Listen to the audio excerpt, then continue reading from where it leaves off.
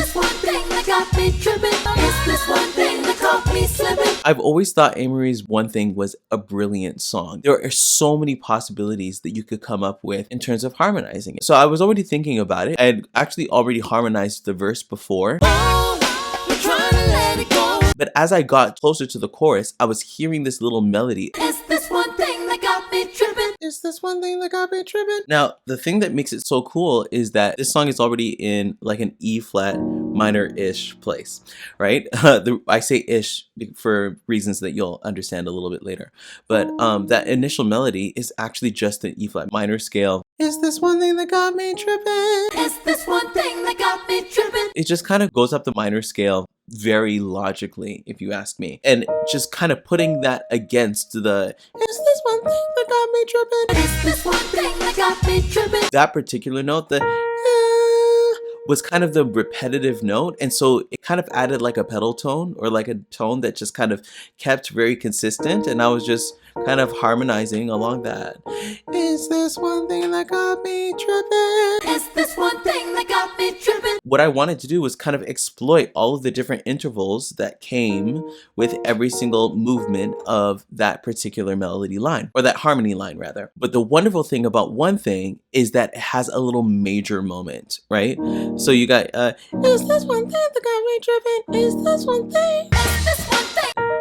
And that's the thing that makes this song so cool, is that you have the little space that's happening in the root and the fifth here, right? So it kind of leaves the harmony of the song a little bit ambiguous. When you're listening to it, you're kind of thinking like, oh yeah, this thing is just in a minor key. But when I was listening to it, I was like, okay, there's a little bit of a major thing. And I just so happened to be right around that opportunity spot. So I kind of circled it here, this little G natural that actually was me making the minor scale into a major scale. Is this one thing that got me? Of course, in arranging, it's really cool when you repeat an idea, but you give it some variation.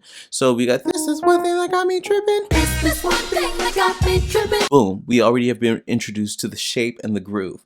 Then we decide to alter it to the major because the music's already going major. Is this one thing that got me tripping? Is this one thing that got me tripping? And then we develop the idea. You did. Tripping. Now the reason why we chose those notes is because it's actually just there in the melody of what Amerie is singing.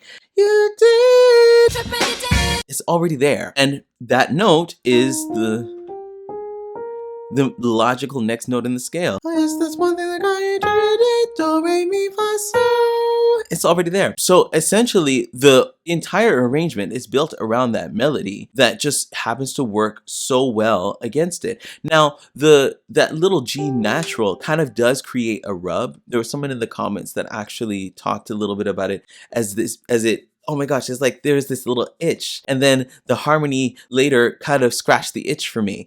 And that's essentially what happened, where pairing these two things together, like there was a natural tension that was there. It's like you have a little major second there, and then hearing the major right after, it's kind of a little bit jarring, especially for a song that you are used to hearing as minor. So I wanted to lean into that a little bit, warp the way that you hear something that you've heard for 20 years. And so we played with that, then went back to minor for the, is the one that got me tripping? And then had a little Brandy moment.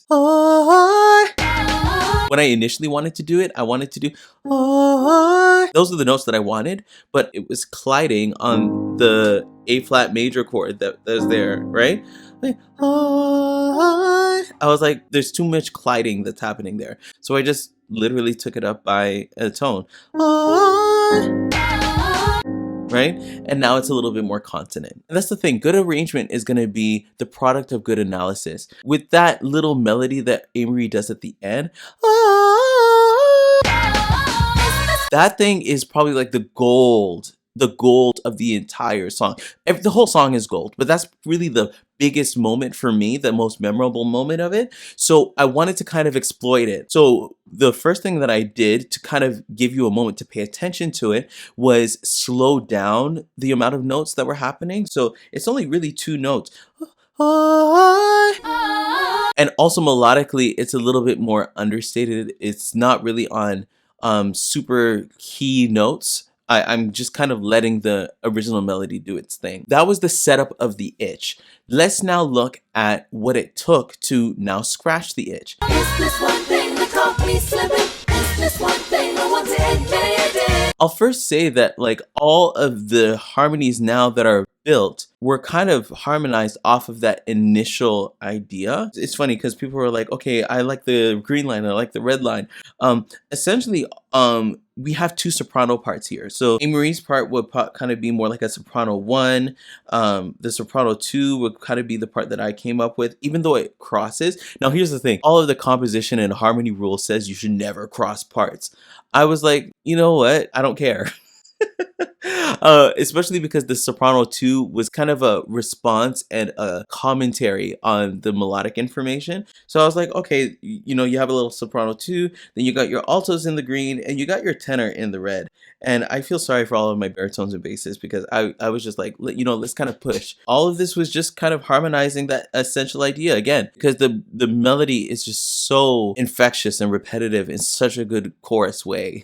So you got the, is this one that you got me tripping?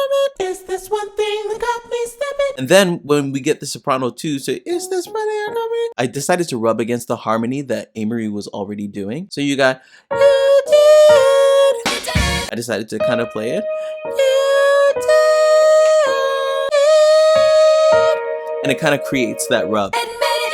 For me, that harmonic rub where you have like that second that's happening, you know, those suspended second and fourths, those are some of my favorite chords to make. And when you have 4-part harmony, you have the potential to have a lot of rubs. And so I wanted to do that. I started doing that into soprano, but then also when I brought in the alto and the tenor, we were also creating this little rub here. This, you can call it a G flat 9. Right? We just took the 9 and brought it down. Again, we're harmonizing. Is this one thing that got me? Okay, so I was just editing and I realized that when I say harmonizing, there's a lot that's encapsulated in the word. And that's actually the reason why I created my harmony course, How to Sing Harmony. So if you don't know what I mean in terms of breaking into 3-part harmony, you can get my course right now. It's called How to Sing Harmony at howtosingharmony.com. And don't worry, it's less than what you would spend on a week of Starbucks. Just go there, grab it. It comes along with my music theory course, Musical Awareness. It is like hours and hours of videos of conversation to help you to understand music theory and understand creating harmony. It's a large conversation, so that's why I put it there. And so when I'm talking about harmonization, that's what I'm talking about. If you don't understand, get the course at howtosingharmony.com. And then as you begin that conversation, this will start to make more sense. But yeah, let's get back to the content. Again, we're harmonizing. Is this one thing that got me? Is this one thing that caught me tripping? And then that's against the, is this one thing that got me tripping? Again, that B flat kind of acts as that pedal tone that is just, you know, carrying us through all of the other things that are happening. Wonderful. The little purple there is just because I had that G flat 9 that I absolutely could never get rid of. Now, as we flip to the major side of everything that's happening, because the soprano is harmonizing above that original alto line, shout out to all of my altos, this kind of becomes a little, you hear the majorness of everything a little bit sooner.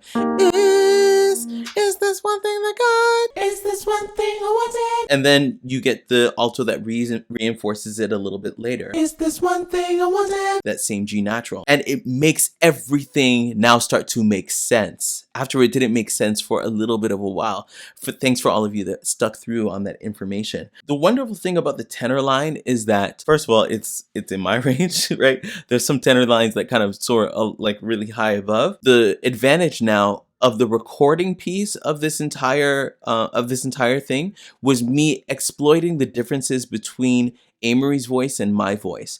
I used my falsetto to kind of blend a little bit more with Amerie, especially with what was happening in the first recap of the chorus melody. I did kind of up the mix so that you could hear the harmony more, but when you would kind of do like a final mix, all of that would kind of be mixed down. It would kind of blend into the background. Can I show you what that looks like? Maybe. Yeah. Is this one thing that got me tripping? Yeah. Is this one thing that got me tripping? It did. And so it kind of blends a little bit more into the background. So I was kind of thinking, okay, what does my voice naturally do that can blend with Amerie? So like my falsetto is always going to be my first go-to, and that's definitely why I chose the inversions that I did and singing at the place where I did. I could have brought these a lot lower to be more in my range, but my thing was, you know, trying to blend with Amerie. And so there were times that I was kind of blending a little bit more with all of the other parts, but with the tenor line, that was the one that was more in my zone vocally. And so I felt like there was a, like, especially in this part of my range, we're starting to get into my higher belts. I felt like there was an opportunity to exploit the tone and the blossoming that my voice naturally does in this range. And so I kind of played up my voice's natural tone rather than blend it with everything that was happening with the other parts, especially to give it a little bit of character and sauce. Is this one thing I want to admit I did? Now, when we come down to the kind of more counterpoint section, There's one thing and I was so with it. Is this one thing you did? in terms of texture, we needed to kind of simplify things again. When we start on the very top, we're dealing with, you know, 2 lines, you know, and just letting that melody breathe. Then we have a moment of that 4-part harmony, but I didn't want to keep it that way for too long so that it doesn't get too overwhelming. But then when we get back, we kind of introduce that 2-tone character. But like I said, we're using the tenor line, and that tenor line has that character that I was talking about. So it makes the 2-part harmony, and especially the space in between the parts as well, kind of feel a little bit more different than it did at the beginning. There's one thing and I was so with it. Also, this one thing. First of all, I wanted it to be this one thing, but I just wasn't singing it right. So I was just like, let me just go with what I'm naturally doing and not waste any more time. Usually, like, I would kind of go for like absolute perfection, but because I was doing so many things, including creating the notation and animating everything, I needed to be aware of just like my own headspace and organizational time. And so I there was just some choices that I was like, you know what, let me not, you know, beat a dead horse. And I was so with it, and I was so with it. First of all, I was gonna keep that line the same. I was so with it. But nearing the end of all of this, I was like, oh, if we drop that octave, that's gonna be insane. So we did that. And then we have the ending section where everything is kind of moving at the same time. Is this one thing you did? We start with like the little from the alto. And that was actually something that came towards the end as well, because we had a moment of what I felt was too much space. And I was like, okay, if we put like a little bit of a there, it kind of gives the opportunity to have that space not be so dry to me. My thing is, especially when arranging, when a melody has a good moment, exploit it. So I actually finished the tenor line where we did the I was just like, oh, this is gonna be so cool. We're kind of making a moment for everything to kind of meet together. I believe right after I created that part is when I kind of was listening, and then this soprano part just jumped out at me. I was like, oh, this is gonna be cool, because the whoa, it was already in what Amerie did. We're just creating a little bit of a call and response. So I was like, okay, a little bit forward, let's call out to this part that's coming up.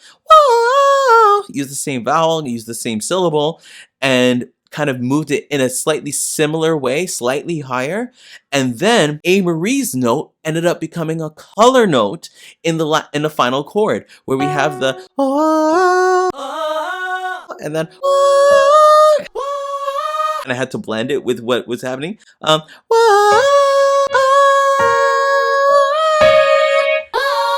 And so you have a little bit of a 2-part rub there. And then I just had the alto come in, just slide in and just complete the chord, right? I did want to make it a little bit more saucy, but I felt like I had done enough of that. So like the final moment kind of just helped things to get tied together. Is this one thing you did? So if you enjoyed this, let me know, because I haven't really done this type of content in this way where I'm breaking down something that I've done. But if you want to see more of that, if you want to see more arrangements? Let me know in the comments, because that will help me to kind of understand that. If you're interested in more of me talking about vocal arranging, you can go and check out this video that is breaking down the harmonies from one of my older songs. And of course, if you're new, subscribe to this channel, because this is the place where we help you to reclaim your voice, reclaiming my voice, and also where we help you to get your song made. I'm O'Neil Gerald, and I'll see you all in another video. Bye, everyone.